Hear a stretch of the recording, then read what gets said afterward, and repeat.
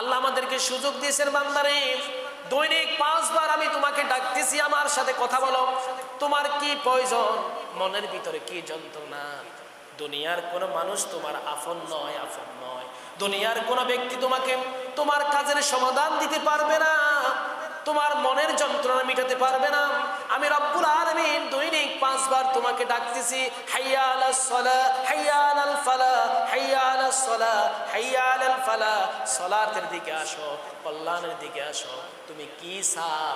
আমি রব বসে আছি তোমাকে দেওয়ার জন্য। এটা আমাদের জন্য সুযোগ।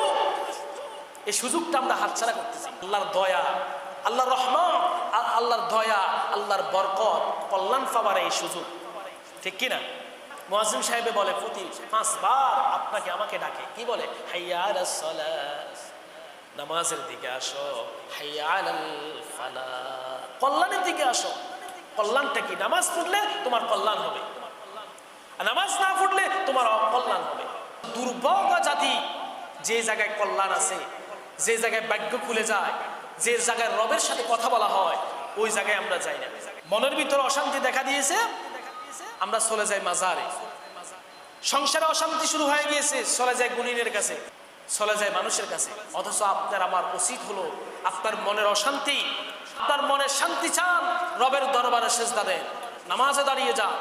আল্লাহ রাসূল শিখিয়ে দিয়েছেন, ও আমার সাহাবীরা রে, তোমার মনে অশান্তি, পরিবারে অশান্তি, রাষ্ট্রীয় অশান্তি, পরিবারের কলহ বেড়ে গিয়েছে, তোমার ব্যবসা বাণিজ্য বরকত হচ্ছে না, ব্যবসায় লস হয়ে গিয়েছে।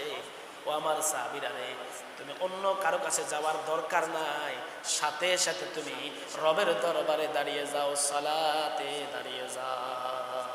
সালাত এমন একটি ইবাদত যেটা রবের সাথে ডাইরেক্ট কালেকশন হয়ে যায়। সুবহানাল্লাহ বলেন না?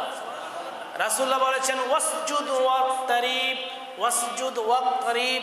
বান্দা যখন সালাতে সিজদায় চলে যায়, আল্লাহর সাথে ডাইরেক্ট দিদার হয়ে যায়। সুবহানাল্লাহ বলেন না? আরো জোরে বলেন না সুবহানাল্লাহ। বান্দা যখন সিজদা যায়, রাসূলুল্লাহ বলেছেন, সিজদায় যাওয়ার সাথে সাথে আল্লাহর সবচেয়ে নিকটে বান্দা চলে যায়। তো আর কি চাই আমরা? আল্লাহর কাছে, অমুকের কাছে যাইতে হলে অমুকের কাছে যাবো, যে সৌদি আরব যাইতে হলে, কাবা শরীফকে যাইতে হলে, কাবা শরীফে যাইতে অনেক টাকা খরচও লাগে, লাগে কি লাগে না? কিন্তু আল্লাহ রাসূল বলেছেন, আল্লাহ নৌকেটে পাওয়ার জন্য আল্লাহর কাছে যেতে হলে ইউরোপ্লেন লাগবে না, লক্ষ টাকা খরচ করাও লাগবে না, তুমি ডাইরেক্ট সিজদায় পড়ে যাও, ওয়াসজুদ ওয়াক্তারিব, সিজদায় যাও, আল্লাহর নিকটবর্তী হয়ে যাও। সুবহানাল্লাহ। আল্লাহর নিকটে যদি চলে যায়, আল্লাহর কাছে যা চাইবো, আল্লাহকে শুনবে কি শুনবে না? যারা বলেন আল্লাহকে শুনবে কি শুনবে না?